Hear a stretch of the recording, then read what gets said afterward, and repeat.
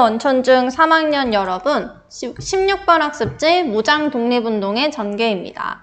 자, 우리 16번 학습지는요, 1920년대 무장 독립운동에 대해서 배울 건데 지금까지 배웠던 1920년대에 대해서 복습 한번 해보도록 하겠습니다. 자, 1920년대는요, 3.1운동 이후 1919년에 일어났던 3.1운동 이후 일제히 통치 방식이 변화했었죠. 어떻게 변화했죠? 무단 통치에서 이른바 문화 통치, 기만적인 문화 통치였지만 어쨌든 겉으로는 문화 통치를 내세우는 정책으로 변화를 했었습니다. 자, 이 1920년대 국내 민족운동의 흐름을 한번 보면요. 이 시기에 민족주의 계열과 사회주의 계열로 독립운동 세력이 분화가 됐었다. 그중에 민족주의 세력은요. 민립대학 설립운동 또는 울산장려운동 등을 시행을 했었고요. 사회주의 계열에서는 농민운동과 노동운동을 지원을 해서 암태도 수작쟁이, 원산 총파업 같은 것들이 있었습니다.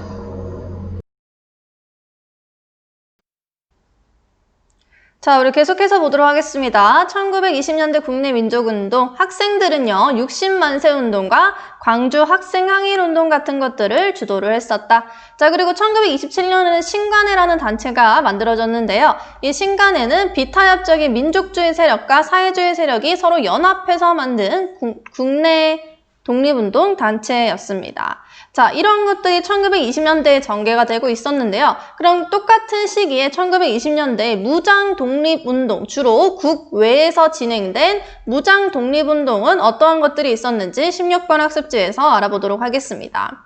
자, 16번 학습지 준비해 주시고요. 선생님이 학교에서 나눠줬죠. 자, 3.1 운동을 전후해서요. 우리 민족은 만주나 연해주 지역을 중심으로 많은 독립군 부대를 조직했습니다. 왜냐? 3.1 운동쯤부터 해서 그 이전부터기도 했지만 일본군들이 워낙 국내에서 활동하는 독립군들을 강하게 탄압을 했기 때문에 우리 독립군들 입장에서는 일본의 점령지가 아닌 여기 만주 지역이나 연해주 지역으로 나갈 수밖에 없었다. 자, 그래서 이 만주 지역과 연해주 지역에서 서로 뜻이 맞는 독립군끼리 모여서 여기서 열심히 군사도 양성하고 군자금도 모집하고 있었습니다. 물론 이 독립군들은요, 나라에서 조직적으로 만든 것도 아니고 엄청난 군사훈련을 받은 것도 아니기 때문에 병력은 열악했지만 그래도 나라를 지키겠다는 일념 하나로 이 추운 만주벌판 연해주에서 열심히 힘을 키우고 있었습니다. 그래서 가끔씩은요, 이 만주 지역과 연해주 지역에 있다가 가끔씩은 국내로 들어와가지고 여기 위에 있는 일본군들이나 아니면 식민통치기관 공격하고 다시 올라갔다가 다시 내려와서 공격하고 올라갔다가 이런 식으로 틈틈이 국내로 진입해서 식민통치기관과 일본군을 공격하고 있었습니다. 자, 그러니까 일본군 입장에서는 이 만주 지역에 있는 독립군들을 어떻게 해버리고 싶었겠죠. 자, 그래서 전투가 몇 가지 일어나는데 그중에서 눈여겨볼 거 오늘 우리 봉오동 전투랑 청산리 대첩 보도록 하겠습니다. 먼저 여러분 첫 번째 빈칸에 봉오동 전투 적어주시면 돼요. 봉오동 전투. 영화도 최근에 개봉을 했었죠. 자, 일본군들이요, 독립군 부대가 주둔하고 있던 봉오동을 습격을 했어요. 이 일본군들에 맞서 싸웠던 게 바로 홍범도 장군의 대한독립군입니다. 사진에 홍범도 장군이 보이네요. 이 홍범도 장군은 당시 하늘을 나는 장군이라고 불릴 정도로 엄청 재빠르게 적을 공격하는 장군이었다고 합니다. 자, 일본군들이 몰려온다는 소식을 듣고요. 홍범도와 대한독립군은 봉오동에 살고 있던 주민들을 안전한 곳으로 대피시키고 봉오동 골짜기로 일본군들을 유인을 해서 일본군 150명 이상을 사상시켰고요. 그리고 부상자도 200명 이상, 일본군 200명 이상의 피해가 있었다고 합니다. 반면에 우리 독립군은 약 4명 정도 사망했을 정도로 물론 이 4명도 한 분 한 분 너무나 소중한 분들이지만 일본군에게 큰 피해를 입히고 우리 독립군이 승리를 하였다라는 거예요. 이 봉오동 전투의 의의는요, 우리 독립군들이 일본 정규군대랑 싸워서 본격적인 전투를 해서 승리한 최초의 승리입니다. 자, 그동안 독립군들이 만주 지역이랑 연해주 지역에서 많이 서로 모여서 군사훈련도 하고 했지만 그래도 마음속 깊이 어느 곳에는 우리가 정말 일본 정규 군대랑 싸워서 이길 수 있을까? 이런 걱정도 있었겠죠. 하지만 봉오동 전투에서 보란듯이 독립군이 승리를 하면서 그래, 우리 일본이랑 맞서서 승리할 수도 있겠다라는 믿음을 심어주었기 때문에 큰 의의를 가지는 겁니다. 그래서 이 봉오동 전투 이후에는 군사훈련도 더 열심히 하고 무기 확충에도 더 힘쓰면서 병력을 정비하였다. 자, 하지만 봉오동 전투를 겪고 난 일본이요, 가만히 있지 않았습니다. 복수를 하기 위해서 더 많은 군사를 이끌고 쳐들어옵니다. 자, 그래서 일어난 게 청산리 대첩이에요. 여러분 빈칸에 청산리 대첩 써주시면 되겠어요. 청산리 대첩. 자, 일본군이요, 대규모 부대를 보냈어요. 이번에는 거의 약 25,000명 정도 되는 어마어마한 병력을 만주 지역에 보내서 독립군을 소탕하고자 했습니다. 자, 이때 이 일본군 대부대를 맞이한 우리 독립군은요, 김자진 장군의 북로 군정서군과 앞서 봤던 홍범도의 대한독립군, 이 둘만 있었던 거 아니고 주변에 있던 여러 독립군이 연합부대를 형성해서 일본군과 맞서 싸우게 됩니다. 자, 일본군을요, 그 청산리 지역은 백두산 있는 쪽이에요. 그 백두산 청산리 계곡으로 유인을 해서 그 지형을 이용해서 일본군의 대승을 거둡니다. 어떤 대승이었냐? 우리 독립군이 맞서 싸웠던 일본 정규군이 한 25,000명 됐죠. 한 일주일 동안 10여 차례 전투를 했는데 일본군 최소 한 1,200명에서 3,000명 정도, 아직 수가 정확하게 기록되지 않아서 정확히는 모르겠지만 최소 2,000명에서 최대 3,000명 정도의 일본군이 이때 죽었습니다. 전사를 했어요. 이에 비해서 우리 독립군은 약 한 40명에서 100명 정도 전사를 하였다라고 기록에 남아 있습니다. 어쨌든 일본군이랑 거의 10몇 번 싸웠는데 10몇 번을 이때 동안 다 이겨요. 그래서 대첩, 크게 이겼다라고 해서 청산리 대첩이라고 부릅니다. 이 김자진 장군과 북로 군정서군의 사진을 한번 보도록 하겠습니다. 왼쪽에 있는 게 백야 김자진 장군님이고요. 여기에서 딱 이렇게 기품 있게 앉아있는 분이 김자진 장군님, 뒤로 보이는 군사들이 북로 군정서군에 속해 있던 군인들입니다. 자, 이 김자진 장군에 대해서 잠깐 여러분 얘기를 하면요. 갑신정변 때 활약했던 김옥균의 조카라는 이야기도 있어요. 어쨌든 부유한 양반 집안 출신인데 1905년이면 러일 전쟁 일어나고 막 한일전서 맺고 한창 일본이 우리나라 먹으려고 할 때죠. 자, 이때 당시 김자진 장군님은 15살이었는데 지금 여러분보다도 어린 나이죠. 근데 이때 15살에 이미 자기 집에 있던 한 30명이 넘는 노비들의 문서를 불태워버리고 노비들한테 땅을 나눠주면서 노비 해방을 시켜줬다라고 합니다. 엄청나죠? 그래서 서울 올라가서 무관학교에서 공부하다가 다시 고향으로 돌아와서 학교도 세워가지고 우리 국민들을 계몽교육시키기 위해서 열심히 했었다. 자, 근데 1910년에 일본이 완전히 우리나라를 병합하고 난 이후에, 우리나라의 국권이 피탈되고 난 이후에는요, 군자금 모집하다가 막 감옥살이 하기도 하고, 결국에는 만주로 넘어가서 독립군 양성에 힘썼던 장군입니다. 이 청산리 대첩 이후에는 더욱더 이름이 널리 알려졌기 때문에 임시정부로 들어가서 요직을 차지할 법도 한데 끝까지 만주에 남아서 독립군을 양성하는 데 전념했다라고 합니다. 자, 여기까지 봉오동 전투랑 청산리 대첩을 봤어요. 자, 우리 입장에서는 독립군들이 엄청난 성과를 거둔 건데요. 일본 입장에서는 엄청 화가 났겠죠. 자, 그래서 이 일본 군인들이 이거를 보복하기 위해서 찾아옵니다. 그거 넘어가기 전에요. 여러분 학습지 밑에 있는 지도, 첫 번째 지도에 봉오동이랑 청산리 위치 하나씩 적어줄게요. 가 지역이 봉오동 지역이고요. 나 지역이 청산리입니다. 하나씩 적어주세요. 봉오동, 청산리 위치로 하나씩 보시면 되겠습니다. 자, 그럼 다시 학습지 2번 주제로 넘어가겠습니다. 독립군의 실현과 재편. 방금 얘기했듯이 봉오동 전투랑 청산리 대첩으로 크게 깨진 일본이 우리 독립군들 그리고 만주에 있던 한인들에게 보복을 하기 위해서 간도 지역으로 가서 참변을 일으킵니다. 간도 참변이라고 부르는 사건이에요. 여러분 빈칸에 간도 참변. 그 밑에 있는 지도 두 번째 보시면 이 가 지역, 빗금 쳐져 있는 이 가 지역이 바로 지금 보고 말하는 간도 지역입니다. 자, 봉오동 전투랑 청산리 대첩에서 패한 일본군의 보복이었고요. 간도에 살던 우리 그냥 군인들도 아닌 그냥 여기 이주해서 살고 있는 우리 동포들을 아주 잔인하게 학살을 했습니다. 마을을 습격해서 남자들을 모아놓고 총이나 창으로 찔러서 학살하기도 하고요. 아니면은 좀 더 잔인하게 얼굴 가죽을 벗겼다라는 기록도 있고 온갖 방법을 동원해서 잔인하게 한두 달 사이에 거의 3,600여 명의 우리 동포들이 학살당했다라고 합니다. 이후에도 몇 달 동안 계속해서 학살을 했기 때문에 우리 민족의 피해가 더 추산할 수도 없을 정도로 컸다. 무차별로 학살하는 아주 만행을 저질렀습니다. 간도 참변 꼭 기억하세요. 자, 이렇게 간도 참변이 일어나니까 너무 일본군들이 죽기 살기로 와가지고 막 보이는 대로 다 이 간도 지역, 만주 지역에 살고 있던 한인들을 잡으니까 우리 독립군은요, 독립군의 보존을 위해서 이동을 합니다. 어디로 이동을 하냐면 러시아에 있는 자요시라는 지역으로 이동을 해요. 지금 원래 여기 봉오동, 천산리, 여기 만주 지역 바로 위 지역인데 여기서 밀산으로 옮겨갔다가 다시 위로 자요시라는 러시아 내부로 이동을 합니다. 자, 왜냐면요, 당시 러시아의 상황을 여러분들이 좀 아시면 이해하기가 편할 텐데 당시 러시아에서는 혁명이 일어나서 러시아 혁명, 러시아 군주국가가 무너지고 러시아 내부에서 내전이 일어나고 있었던 상황이었어요. 이때 러시아 적군과 러시아 백군이 서로 싸우고 있는 상황이었습니다. 적백 붉은색, 흰색 적백군이 싸우고 있었는데 이 중에서도 이 적군이요, 일본이랑 대치하고 있는 와중이었기 때문에 우리 독립군 생각으로는 자유시로 가서 우리 적군이랑 같이 힘을 합쳐서 일본군을 몰아내고 여기서 다시 독립군을 정비한 다음에 일본이랑 더 제대로 싸우겠다라는 생각을 하고 자유시로 이동을 한 겁니다. 자, 그래서 자유시로 이렇게 적군이 도와줄 거라는 생각을 가지고 이동을 했는데 사실 여기서도 또 한 번 우리 독립군이 큰 시련을 겪게 됩니다. 자, 뭐냐면요, 자유시 참변이라고 부르는 사건이에요. 여러분 빈칸에 자유시 참변 일단 적어주세요.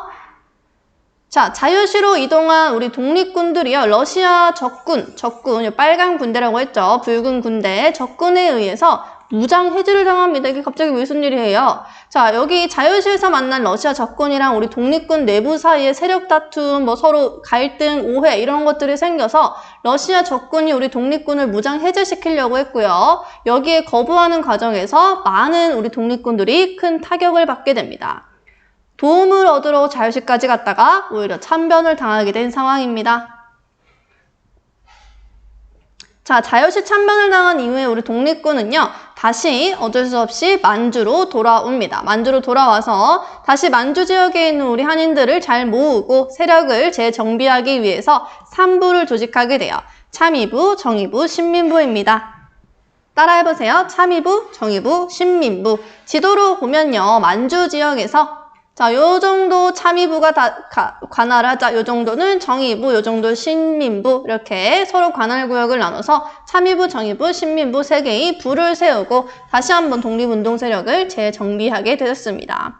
자, 근데 세 개 너무 많이 나눠져 있다. 이거를 좀 합치자라고 해서 원래 하나로 합치려고 했는데 하나로 합치는 데는 실패를 하고 여기 남만주랑 북만주 이렇게 해서 두 개의 세력으로 다시 한번 합치게 돼요.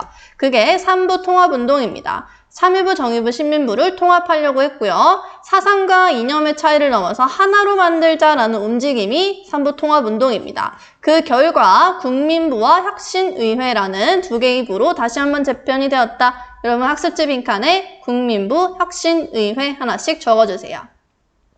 이 사상과 이념의 차이를 넘어서 하나의 정당 만들자는 움직임, 이게 국내에서 나타난 게 1927년에 신간회, 우리가 배웠던 민족주의 세력이랑 사회주의 세력이 힘을 합쳐서 만들었던 신간회가 국내에서 만들어졌다면 국외에서는 국민부와 혁신의회로 합쳐지게 되었다라고 생각하시면 돼요. 자, 이걸 오른쪽에 보시면 여러분 학습지에도 나와 있죠. 처음에 참의부, 정의부, 신민부가 있었는데 이거 세 개가 통합이 되어서 두 개가 되었다. 그 두 개가 남만주의 국민부, 북만주의 혁신의회. 근데 여러분 외울 거 하나씩만 더 적어주세요. 여러분 빈칸에 국민부에서 운영했던 군대가 조선혁명군이고요. 혁신의회에서는 한국독립군을 양성을 해서 각각 독립군 부대를 양성을 하고 있었다라는 거 기억해 주시면 됩니다. 여러분 학습지에도 국민부 밑에 조선혁명군 써주시고요. 혁신의회 밑에 한국독립군 써주시면 되겠습니다. 자, 여기까지 잘 따라오고 계시죠? 처음에는 이 무장독립운동이 좀 어려울 텐데요. 보다 보면은 정말 재밌는, 정말 엄청난 파트입니다. 자, 우리 그러면 세 번째 마지막 주제, 의열단으로 내려가 보도록 하겠습니다. 의열단. 자, 의열단은요, 1919년에 김원봉이라는 유명한 독립운동가가 조직한 단체입니다. 자, 의로운 일을 맹렬히 실천한다라는 이름의 의열단은요, 일제 식민통치 기간을 주로 기관을 폭파하거나 아니면 주요 인물을 암살하는 목적을 가지고 설립된 단체입니다. 우리 김원봉은 생각을 했어요. 우리 지금 적은 인원과 자금으로 일본한테 가장 큰 타격을 줄 수 있는 효과적인 방법이 바로 주요기관을 폭파시키거나 암살하는 것이다 라고 생각을 한 겁니다. 그래서 기본적인 생각은 이거예요. 지금 조선에 조선 총독이 있죠. 조선 총독부에 총독이 있는데 이 총독을 암살을 해요. 그러면 일본에서 또 그 다음 총독을 보내겠죠. 또 암살해요. 그럼 또 다음 총독이 올 겁니다. 또 암살해요. 그럼 또 다음 총독이 오겠죠. 또 암살해요. 그럼 또 다음 총독이 오면 또 암살합니다. 이렇게 올 때마다 총독들을 암살하면 일본에서 누가 이 후계자가 되려고 하겠어요. 총독의 후계자가. 그러면 이렇게 조선 총독 한 5-6명 죽이다 보면은 그 후계자가 되려는 자가 없게 될 것이고 결국은 일본 국민 스스로 한국 통치를 포기할 것이다 라고 생각을 한 겁니다. 이게 지금으로서는 가장 효과적인 방법이다 라고 생각을 해서 의열단이라는 단체를 만든 거예요. 그래서 1920년대 국내에서 활발하게 활동하던 단체입니다. 자, 3명의 인물을 볼 건데 물론 더 많은 인물들이 있었지만 주요 3명의 인물 활동 내용으로 보도록 하겠습니다. 먼저 김익상이라고 하는 인물이에요. 사진이 보이시죠? 조선 총독부에 폭탄을 던졌던 인물인데 그 활동 내용을 보시면 어마어마합니다. 당시 서울에 있던 조선 총독부 건물에요. 조선 총독부 건물이에요. 근데 폭탄 들고 어떻게 들어와? 그렇죠? 근데 우리의 김익상님은요. 품에 폭탄을 품고 전기 수리공인 척 옷을 입고 그냥 유유히 들어갑니다. 그래서 마치 조선 총독부 내부에 전기를 수리하러 온 척하면서 들어간 거예요. 그래서 그 조선 총독부를 지키고 있던 헌병 경찰들도 전기 수리하러 온 전기 수리공이구나 이러고 별 생각 없이 들여보내준 겁니다. 그래서 김익상님이 그 안에 들어가가지고 2층에 올라가서 폭탄을 빵 던졌어요. 그래서 폭탄이 터지게 돼요. 근데 뭐 조선 총독부 전체가 무너진 건 아니고 어쨌든 2층에서 이 폭탄 소리가 나니까 막 1층에서 이제 다른 헌병들이 올라온 겁니다. 무슨 일이야 하고 올라오는데 김익상이 내려오면서 지금 2층에 올라가면 위험합니다 라고 하면서 유유히 내려와서 조선 총독부 본부를 빠져나왔다고 해요. 어마어마하죠. 자, 그래서 이 조선 총독부 폭탄을 던졌는데 무사히 잘 빠져나왔어요. 하지만 여기에서 그치지 않고 다음 거사를 준비했어요. 일본 육군 대장한테도 폭탄을 던집니다.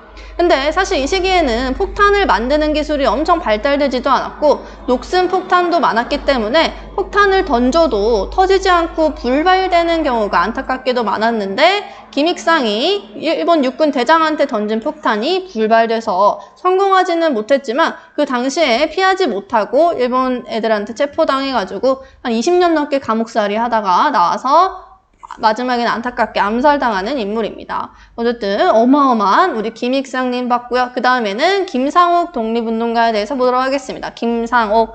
이분도 엄청나요. 이분은 총을 진짜 잘 쐈다고 합니다. 그냥 막 이렇게 뛰어다니면서 총을 쏴도 10발을 쏘면 한 9발은 완전 명중할 정도로 전투, 싸움에 엄청 최적화된 인물이었는데 이 김상옥은 종로경찰서에 가서 폭탄을 투척합니다.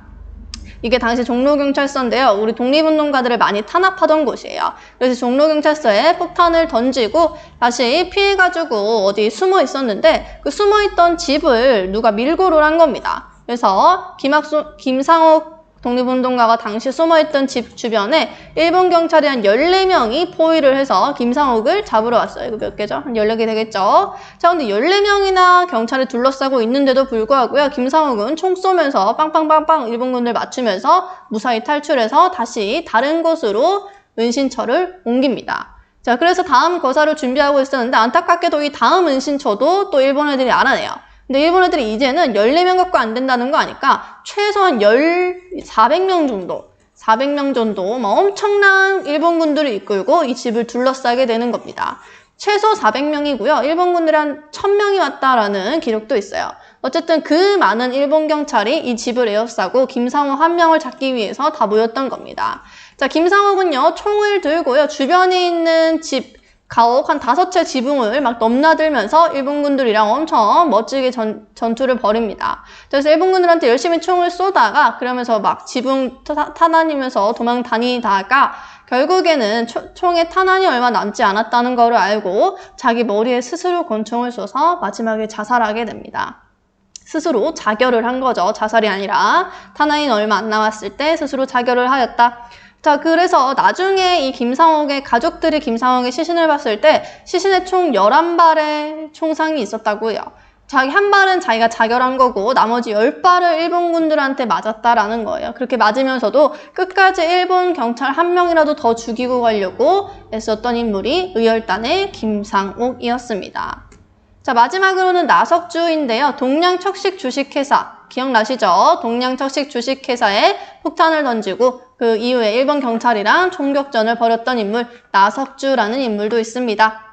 자, 여기까지 우리 1920년대에 전개됐던 무장 독립운동에 대해서 봤는데요. 여러분 다시 한번 교과서랑 학습지 자세히 읽어보면서 복습해보세요. 수고하셨습니다.